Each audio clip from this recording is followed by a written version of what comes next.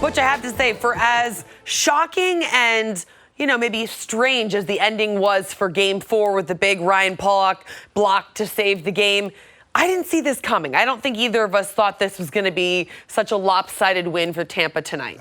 No, you certainly wouldn't envision this type of game. You thought it might be, as I said on the top of the show, a goaltending battle, and whoever blinked first was probably going to be on the end of it. But there's no sugarcoating this game here, as the Stanley Cup champions showed up tonight.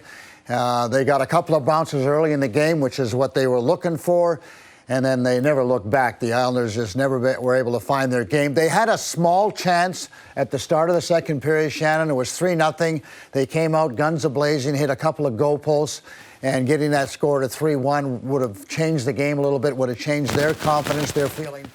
But it didn't happen, and it just was a nightmare game for the Islanders. And I don't know if Barry Trotz can show any tape there that's going to be helpful at all. It's one of those games where you kind of just, okay, forget about that.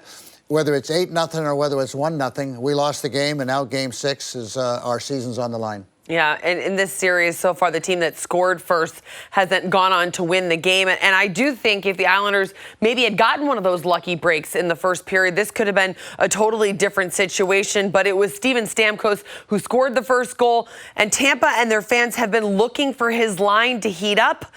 I wish that was not the case, but they definitely looked hot in this game. Well, we talked about the Brock Nelson needing to find their game. They're sort of the second line for the Islanders, and they found it last game. And people in Tampa have been talking about where's their second line with Cirelli and Killorn and Steven Stamkos, and they found it. And this is a little chip and chase play that doesn't work well for the Islanders, and Rutta's able to clear it out, and then the Lightning go to work. A little bit of a bounce there, but watch the Islander defense. This is driving hard. Is Cirelli? Is he going to drive through the middle of the ice? This is what he normally does.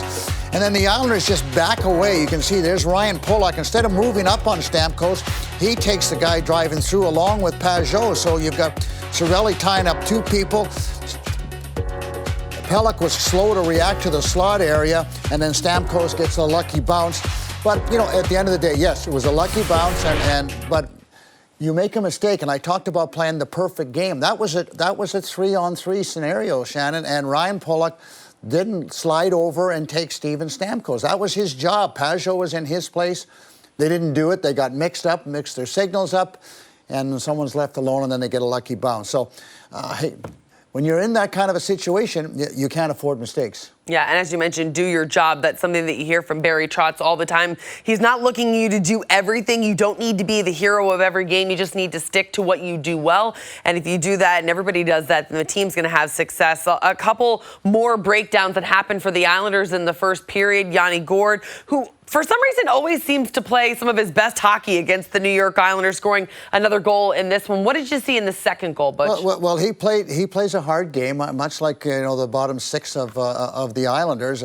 And again, a turnover for the Islanders, a mistake in the neutral zone. But this one here is about getting the puck out of your own zone, winning the battle. You can just see the Islanders have control right in this area here. 3 Islanders. Scott Mayfield, I don't know why he's so close to the play. Now he's out of position. Yanni Gourde picks up the loose puck. He's with Coleman right there, and there's Green. He's in the position. Now, Green going down, and then, again, an unlucky break there, trying to make a cross-ice pass.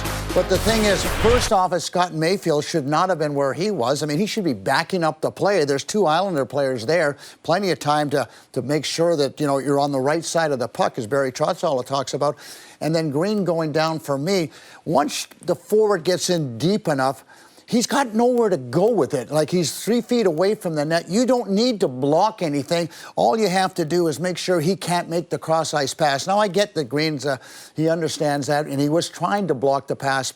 But if he just steps away and says, hey, Varlamov, you take care of the shot, because he had no angle, then maybe it doesn't go in. So, listen, I'm talking about a perfect world, but I talked about playing a perfect game, then the Islanders were far from it tonight. Well, they're going to need a perfect game when they play Game 6 at Nassau Coliseum in a couple of nights. Leading into that 3-0 goal was kind of the point in the game where I feel like we kind of looked at each other while we were watching and thought, this doesn't look like Islanders hockey. I mean, really, the Islanders looked out of sorts by the time that Alex Killorn scored. It was 15-27 in the game, and just a couple of minutes after that, Yanni Gourde goal? Well, certainly Tampa was starting to create a whole lot of momentum. I mean, they got the good start. They're in the first period. They got the crowd into it. Now they've got a 2-0 lead, and it's let's just get all the engines going. And again, the Islanders could never find their game. And then this again, the little chip play that doesn't work. Stamkos is able to retrieve the puck, so it's a little bit of a mistake. And look at the speed through the neutral zone as Islanders are slow to get back. And again, I'm just talking about plays that you shouldn't be making.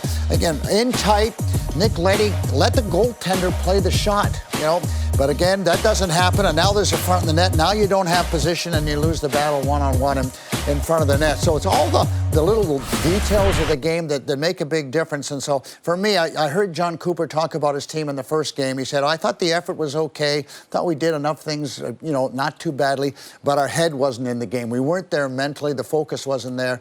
And that's the type of game for me that the Islanders played tonight, is that they were okay at times, but the mental part of the game was really missing. And I'll be interested to hear what Barry Trotz has to say about his team, other than the fact he's going to say, okay, we had a bad one.